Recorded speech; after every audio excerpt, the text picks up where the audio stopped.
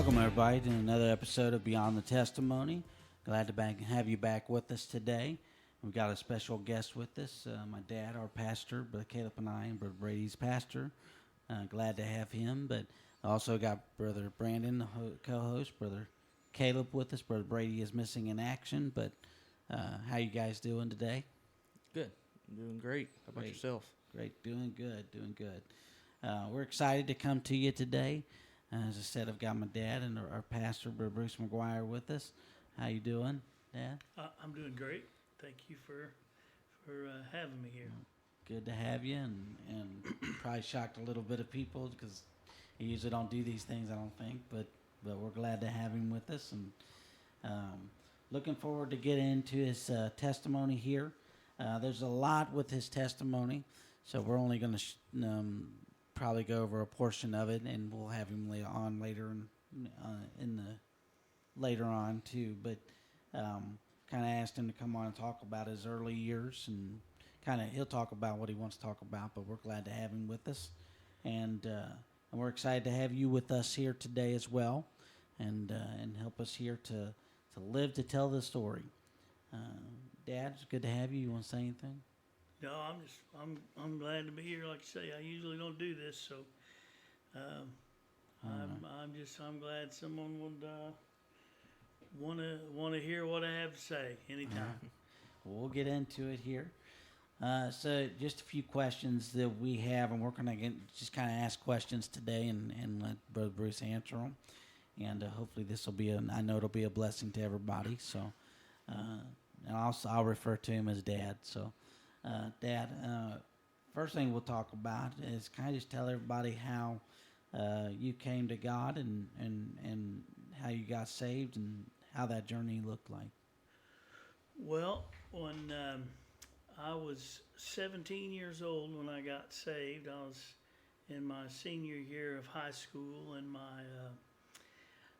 my mom had gotten saved in 1975, and she lived godly and showed me the way, and when I was young, and when I was getting ready, like I say, I was getting ready to turn 18. I was going to turn 18 in March and got saved in January. I was going to graduate high school in May of 1986. So one day I was with my dad in Indiana. My dad was lost, and we was in Indiana, and I had watched my mom, and we were hunting, and there was an event that happened in the world, and I forget the exact event that it was, some military event or something that happened, and I just got to thinking about my soul, and I went to bed that night in the room with my dad. I was laying on the floor. He was sleeping in the bed, and I told him, I said, Dad, I think I'll go to church with Mom. She'd been asking me about going to church. So I think I'll go to church with Mom when we get home. And he said, that's great. So I got home, and I told my mom, I went to her, and I told her, I said, now, Mom, I said, I'm going to go to church with you. I said, but I don't want anybody aggravating me about praying. I said, now, if someone starts aggravating me about praying, I'm just going to walk out.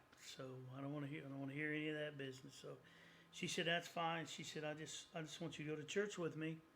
So I went to church with her, and a guy, you may not know him, but he was a fabulous preacher. His brother by the name of Bruce Lamb was pastoring Penteral at the time, and boy, he was a fantastic boy. I think he still might pastor. I don't know where, but he was just a fabulous preacher. And he preached that night, and she stood up and turned around to me and reached her hand out and said, come on. And so I took her by the hand and got saved. So that was January the 11th, 1986. Thank God for mothers. I'm sure we can all say that. Yeah, she was a great light to me. She was a precious lady. Yeah, well, that's great. Kind of, you kind of answered the next two questions, really. What was the moment that completely changed the direction of your life? I'd say that was probably it. And I guess so. We've got to the place to where you've prayed, and gave your heart to God, even though you told your mom that you didn't want anybody to ask you. Kind of take us through that next part where you've gotten saved. Now you're 18 years old, and take us to from the point to where you got saved, and let's say when God called you to preach. That's a little bit of a timeline. That was a long time, yeah. Like say I got saved in January, turned 18 in March, graduated in May, and then I got saved at Penteral. Then I came here to Route 4, and I've been praying about meeting a girl, that what God wanted me to have. So there's, I came here, and of course your mom went to church here. At the time, there was a lot of young ladies who went to church here. So I came here, and I was sitting in the pew, and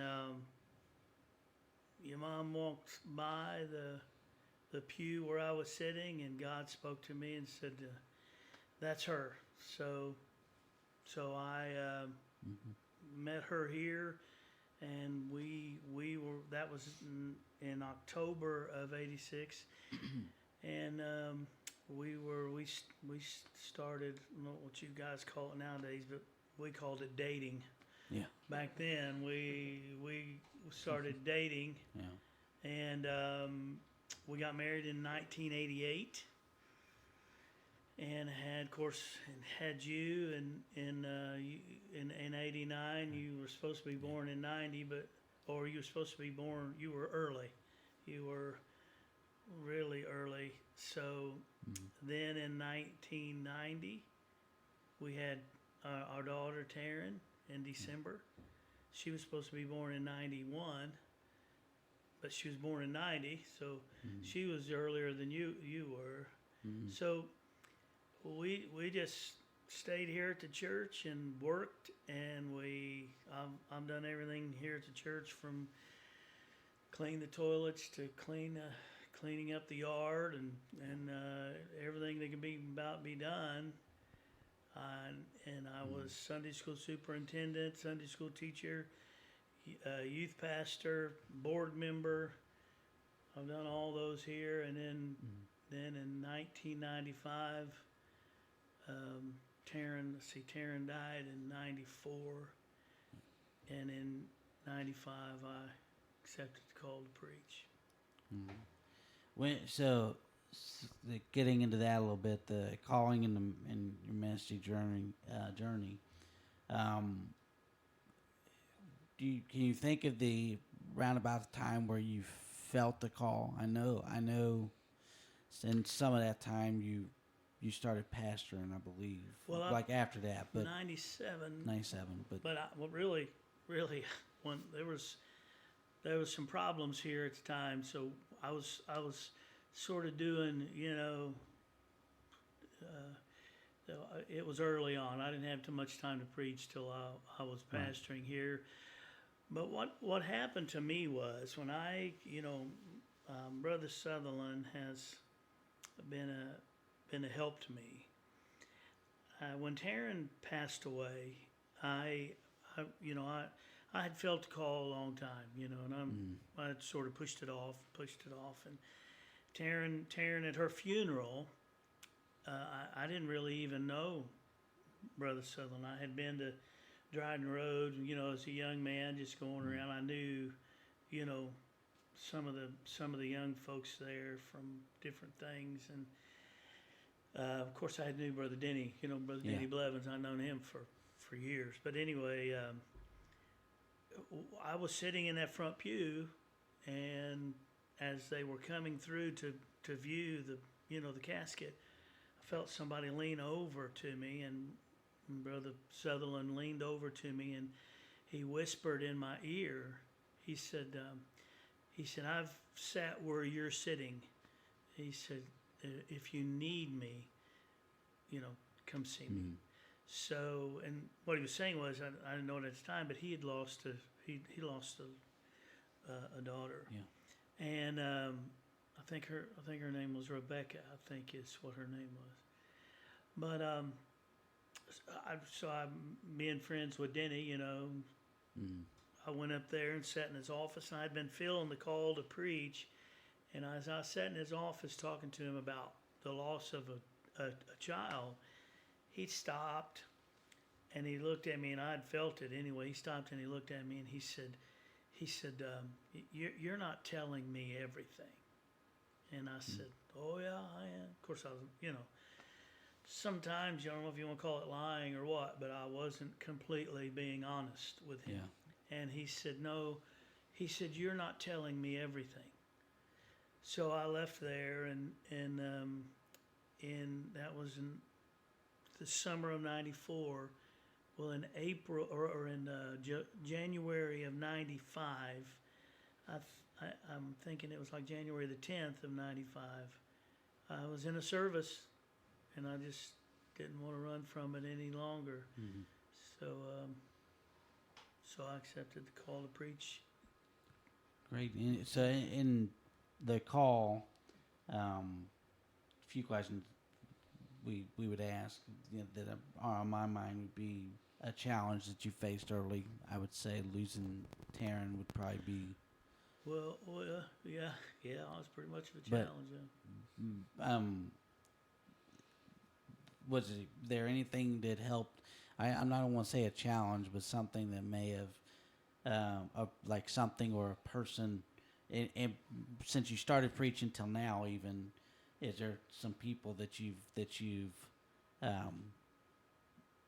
looked to and kind of got your strength? God said. Well, sure. Brother Jimmy Jules, he's been a great example to me in my life since I was a kid. When I was a kid, when he baptized my mom in 1975, there's a picture of my dad standing up on that trestle above where they used to baptize over there. You've probably seen people, that train, that's a train trestle, I guess, goes over there. Well, there's a picture of Brother Jules down there baptizing my mom, and they took a picture of my dad, and standing there were two little boys. It was me and my brother in '95. So Brother Jules has been a part of. He's almost a part of the McGuire family. Yeah. So he's been a great example to me, and of course Brother Sutherland has been he's been a great example. But there's been a lot of guys that in the ministry. I'm not a type of guy that talks to people a lot. So I'm sort of I try to make it through. But those are the two guys I would talk to, and as brother Kevin Lloyd. If I got a problem, I've leaned on him a lot. So that'd probably be the three guys that I probably have asked more questions to. Those are great men to pick from. But really, something happened to me when I was out. I was at work at the factory. I was a machinist for a long time, and event happened to me that helped me, I guess, shape how I am. He was a lost man, and he came to me once, and he was afraid to come and talk to me. He was afraid to. He had got to where he was afraid to talk to me, and he came to me and he said, "You are the most offendable person I've ever met in my life," and he was afraid always to offend me. So when he said that to me, I determined from that point on, I would try not to be so offendable. So that wasn't a day in my life I'll never forget. So the Lord, I've always asked the Lord to help me not to be offendable, and that has helped me in my Yeah. life. I know. I mean, I know you've mentioned that to me, and I've tried to do that some as far as I can get Well, offended that's, easily. that's not saying I never get offended. I mean, who's offended? Yeah. And I burn up. But I mean, Yeah. I can be offended. I just don't want to. I want that a man can't work for God and be offended all the time. Yeah. You can't do things for God and have a short fuse. Right. Right. Right. And what I had a short fuse. I was it was sort of inherent in my past to have a short fuse. Yeah. And that's why, on behalf of all the preachers at this church, Brother Bruce always mentions to us to be quick to hear, slow to speak, and slow to wrath. Yeah, Right. James. Yes, if I from that moment in my life, I got that's where that scripture touched me, and I've always told you guys, if you can ever live that verse, you'll be a great man if you can ever live that verse. Mm-hmm. I haven't got it lived yet, but if you can ever do that, you'll be able to do something for God. That is a great verse. Yes, sir.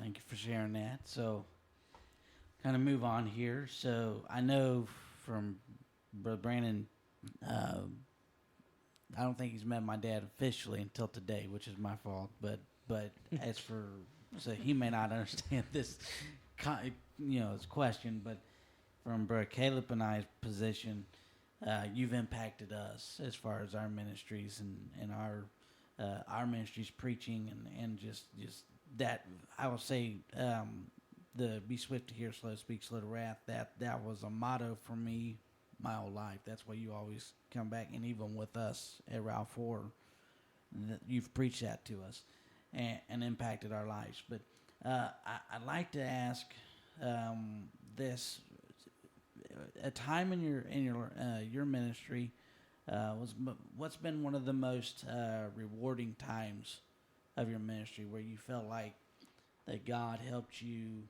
It could be in anything as far as connected with your ministry, where you felt like you made an impact, and then anybody knows Brother Bruce is going to say, he's going to give glory to God. But what's a time where you felt like that God helped you help somebody else?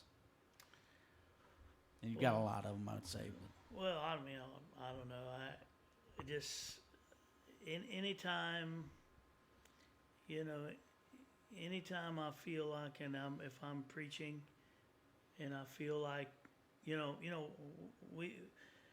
I don't think people understand sometimes when a preacher is up there preaching and he's asking for amens. What he's doing, he's not being hateful, or he's not being, I assume some men could be. I don't know, but but that man is asking for amens because he's wanting to know he's helping somebody. Mm-hmm. He's wanting to know that what he is saying is making a difference. So I guess any time that I'm preaching and people will genuinely say amen, genuinely say amen, and genuine that I know they're getting help from what I'm saying, then that's the greatest. That any time that happens, that is, and I'm not one to want to be out front.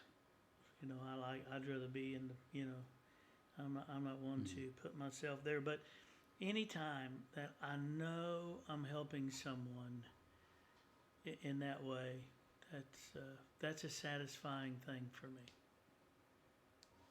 Great. You guys have any questions or anything? All right. Well, we'll move on here. Just a few things that, as far as ministry and leadership, you being a pastor, you've been in leadership and challenges and different things of that nature. What's one thing you think that people may misunderstand about the life of a minister? What's something that, if somebody just looking on the outside at a minister and may not understand everything, what's something that they may not? Well, I don't think a lot of times I don't think people understand how loving men of God are. They don't, when you see a preacher behind the pulpit and he is passionate about what he does, and I wouldn't want to listen to a man that wasn't passionate about the message he has. But I've always had people, here at our church. People, they think they know what I'm thinking all the time. They think by my facial expressions that they can tell what I'm thinking. I knew exactly what you were thinking, and in reality, they don't know. They don't really know what I'm thinking. And sometimes, if they did, they might might not want to know at that time what I'm thinking. But I just think that people don't realize what a pastor carries home with him. I remember one time here at church, a man got saved, and he wanted to play music, and he had just some things about him I thought he needed to change. Mm-hmm. Well, I wanted it, not necessarily that they were sin, but that he needed to change them. And so he wanted to get on the pulpit and play music. So I could have just, been mean to him and told him, no, you're not doing this, but I carried that home with me and prayed with that and prayed over that and till God gave me what to give him. And when I did, he took it. He didn't go to church here now, but he took it, and for a while he did fine. But then when he left here, he met someone out in a restaurant, and he began to tell him how mean I was to him. Mm-hmm. So it wasn't that way at all. I'd carried that home with me, and prayed over it. But I did what I had to do, and there was. I don't know if you were here at this time, Caleb. You probably were, because I think you were in that youth. You might have been in this youth group that I am around the time I'm talking about. But we had some ladies in our church that were dealing with anxiety. They were dealing with the doctors wanting them to take pills to take care of their anxiety. Okay. And I'm telling them, you don't have to do that. I'm telling them, God will help you. You don't have to have those. God's bigger than that. God's better. God loves you more than that. Well, when a pastor tells a person that, he just doesn't forget about it. He carries that with him. Now, when he goes home, he's knowing those people are dealing with that, so he carries that problem with him. He doesn't just leave it there.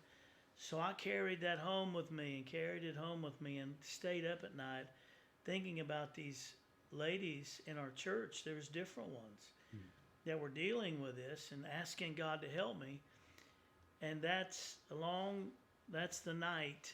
You all will remember the certain sister in our church, Sister Bledsoe, which is a fine. Yeah. She is just a gem.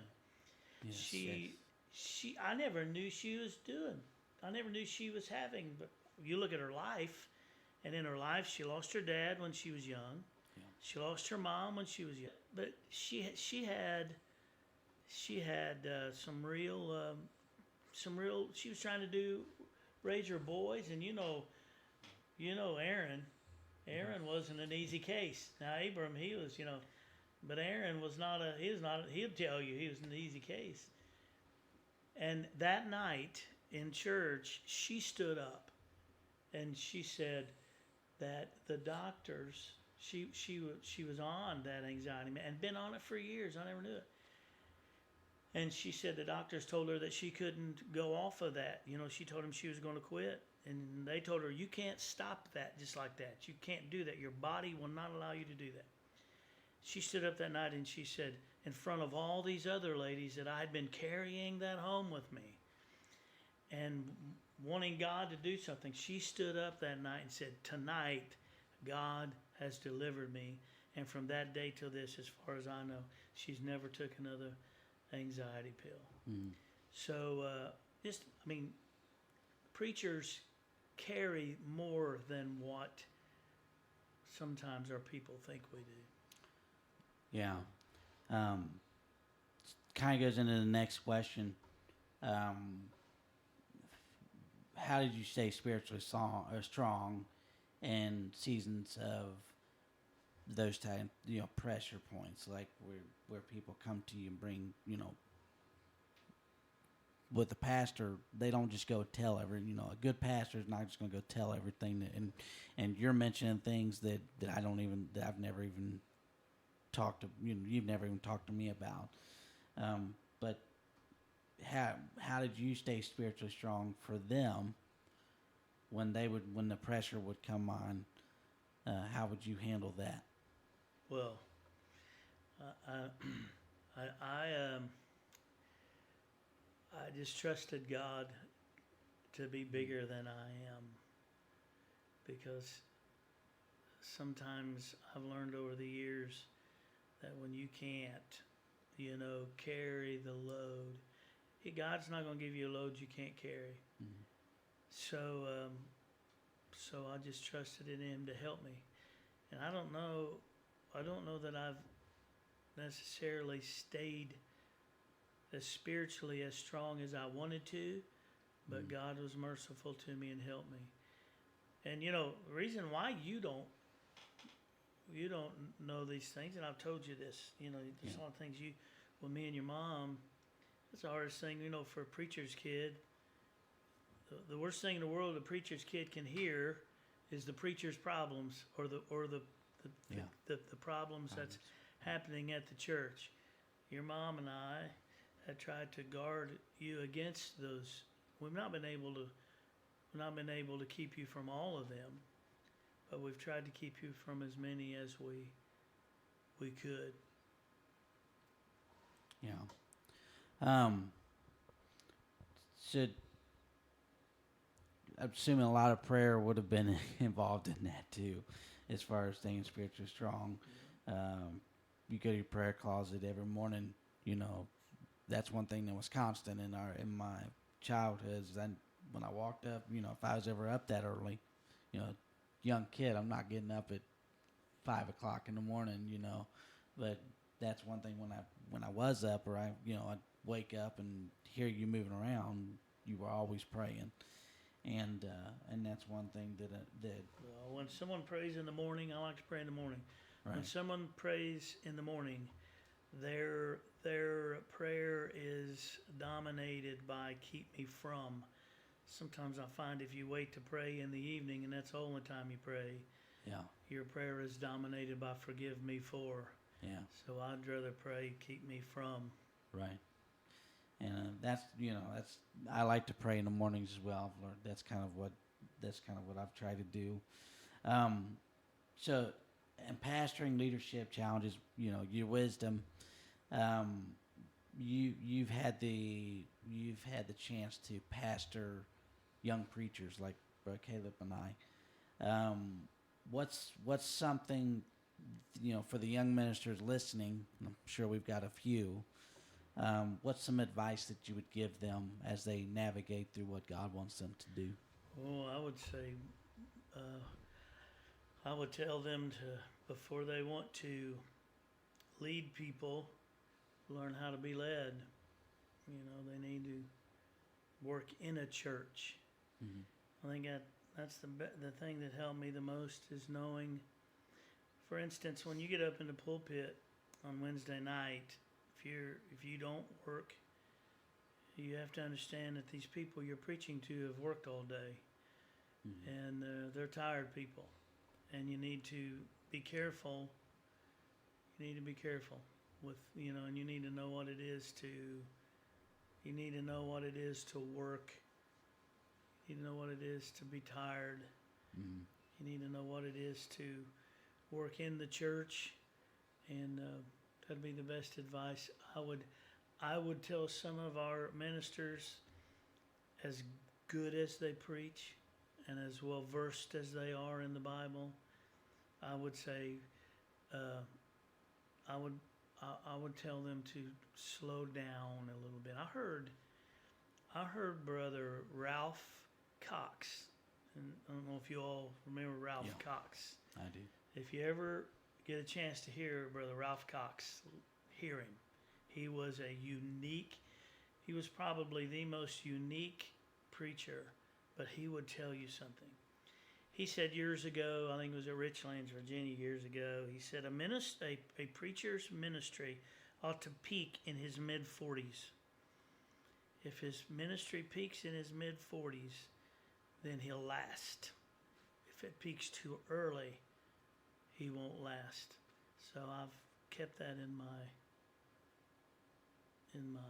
mind. So that he really gave good advice, and the best advice I probably have ever gotten from any preacher. Brother Sutherland one time told me, he came here, excuse me, in my office. He came and sat down, and I said, Pastor, I said, I just wish I was a better preacher. I just wish I was a better preacher. And he sort of just laughed a little bit, and he said, don't worry about that. He said, you worry about being a good man. If you're a good man, God will take care of the rest. He said, if you're a good man, your people will love you, your people will stay with you, and your people will follow you. If you're a good man, you got to start right there. So any preacher has got to start with being a good man. First of all, the pattern that was told to me when I was young, a minister is first a person. He has a relationship with God himself. He's got to maintain that. Secondly, he's a partner. He's made commitments and promises to his wife, so he's got to maintain that. Thirdly, he is a parent. He's got children. No minister should ever sacrifice his children to anything but God. And after he gets all that done, all those commitments, and then he's a preacher. So you've got to be a good man before you can be a good preacher. Yeah, we've heard that, Caleb. I think I think a lot of the ministers here at Route 4 we've heard that, and we try to take that to heart. That's probably the best advice that I've been given. But we've got young preachers to listen, but we also just for the crowd as a whole. What is something you would say to somebody who they go to church, but yet they don't feel like, anywhere from, and I'll say for Ralph, or like a Brother Phil, who does all the maintenance work and is a head deacon, and all he just does everything pretty much, as far as toilets and different things of that nature. Will they go to him if something is broke? All the way down to, say, somebody that just started coming to church, and they feel like, well, where do I fit in to the church? How can I be profitable to the church, as far as I don't hold a position, don't hold any positions or anything of that nature. What can I do to help better the church that I'm at? basically there's people that feel unqualified, I guess. What would you say to them? Be faithful. I mean, I don't care. I don't care if you have the best voice. I don't care if you have the best talents. I don't care if you have all of that. If you're not faithful, you're not usable. If I can't trust you, if God can't trust you, then you're not profitable. But you take someone who, for instance, you talk about Brother Phil. Brother Phil's profitable because he's faithful.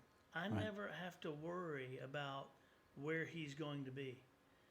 I never have to worry about what he's doing. I never have to worry about if he's praying for me. I never have to worry if he's going to be spiritual. I never have to worry about any of that stuff. I never have to worry about if he's going to forgive someone. I never have to worry about Brother Phil if someone offends him. I never have to worry about him forgiving them. I never have to worry about that.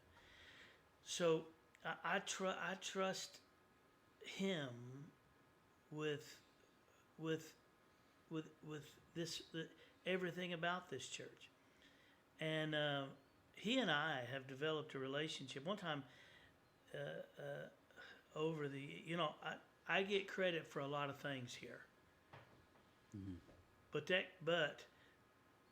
thing about it is he has prayed a lot of those things through for me, and without him, I could never have stayed here this long, and without him, I could have never done what I've done. He is.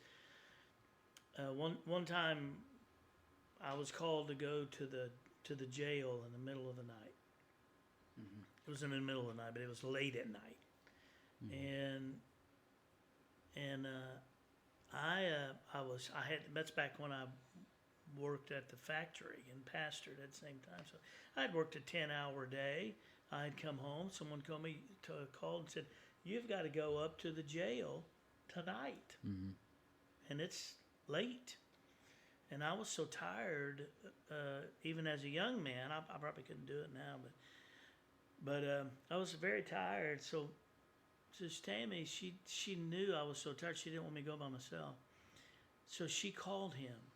I was getting ready to go, and she called him. And didn't matter. He would never say no. So that's the night. That's the night he went with me. And I was driving, and I was going off the road, and he stuck his hand up and got my attention. And he never said anything, but he stuck his hand up in the middle between me and him in the truck. An old black '93 F-150 I had. Stuck his hand up, and he just went like this. And he never said, "You're going off the road, you're going off the road." He just stuck his hand in the middle, and he went like this. And it caught my eye. And that's how a man like that, who a lot of men in this movement will never know. But there's been times when I've needed his hand to do that. And he's testified. I've took messages that he's testified. And I'll tell you all. Yeah. If Brother Phil testifies, Your first dibs. I got the first. Yeah. Until I preach it, Yeah. you cannot have it. Did you, a dove's fight, I think. Dove's fight. I took Yeah. that to Alabama and Yeah. preached that. Yeah. That was Phil Berry's testimony. That was a good one. That's one I remember. Well, I think just got a few questions like rapid fire. We're just gonna ask you a few questions and then kind of wrap this up today. Before we do these questions, Caleb, you want to ask anything or say anything? Good. Not that I think of. One thing I know, Brother Bruce encourages not just new members to the church, but even seasoned members. You asked him about a word that he gives to that wide spectrum, and you asked him also about times that he had to try to stay spiritually strong for those things that he talked about he carried home. And one thing he always encourages us to do, because it's biblical, is those things, even if you're not a minister, everybody carries something. And he has always encouraged us because the Lord is bigger than we are. The Lord can handle it. One of his favorite songs is that he took the weight of the world on his shoulders. Yeah. And it says that if he did that, he can carry you. Yeah. And one of those things that he always encourages us to do is hit our knees and cast our cares on the Lord.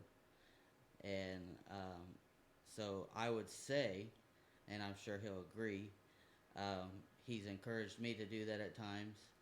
Yeah. And when he took those things home, surely that was, like he said, one of the first things he prayed about it, and he casted it all onto the Lord and just trusted him with it.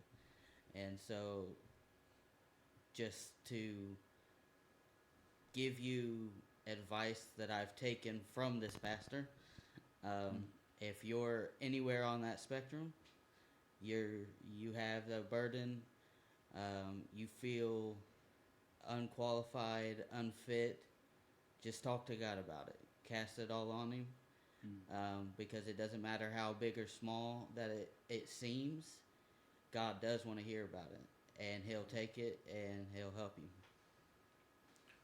Brandon, you got anything to say? I would ask one question. You was talking about your going through the walk with God and your walk through the ministry. If you remember a time that you may have heard a sermon that has been the most memorable sermon, that maybe might have been the one you was talking about earlier when Brother Bruce Lamb, or one as a pastor that's helped you through.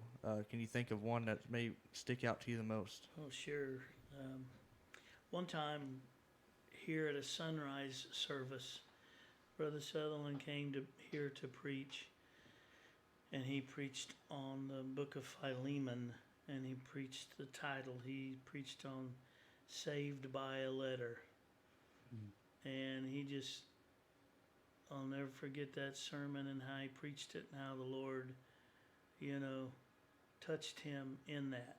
And I don't know if he ever preached it anywhere else. But, God's grace in that. And we all need that, don't we? We all need God's grace. So that was just probably the greatest sermon I've ever heard preached. All right. Well, we'll just ask you a few questions. These are not these just general questions, and then we'll wrap it up here. What's your favorite book of the Bible? We had this conversation earlier, and I think a few of us said Psalms, and Brother Brandon said the King James Version Bible. But what's your favorite book, if you have one? I know there's multiple, probably. Well, yeah, it's kind of that's hard. But the one I'm reading that day. I think every minister ought to understand the book of Romans. Yeah. Ought to understand it. Ought to be able to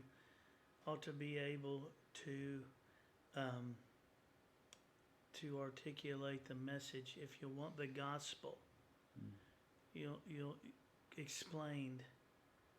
If you want the gospel as far as salvation, sanctification, consecration, it's to me. Now, to me, that's like writers. You'll have a writer you like that I don't, because he speaks to you. But that book spoke to me more than as far as the gospel. For I'm not ashamed. all right. Well, it's good to have you with us today. We'll go ahead and end this episode. We're thankful for your dad coming on and being with us, and we'll have you back on. That just scratched the surface of your testimony, so there's a lot more. So we'll have you back on. But thank you for coming to be with us, and thank you for listening to us today. I want to remind you to follow our Facebook page, YouTube, Instagram, and if you have any questions, email us at the beyondthetestimony@gmail.com. And also encouraged to listen to the Apple podcast, Podbean, iHeartRadio, all those. There's a bunch of other ones where you can get the episodes as well.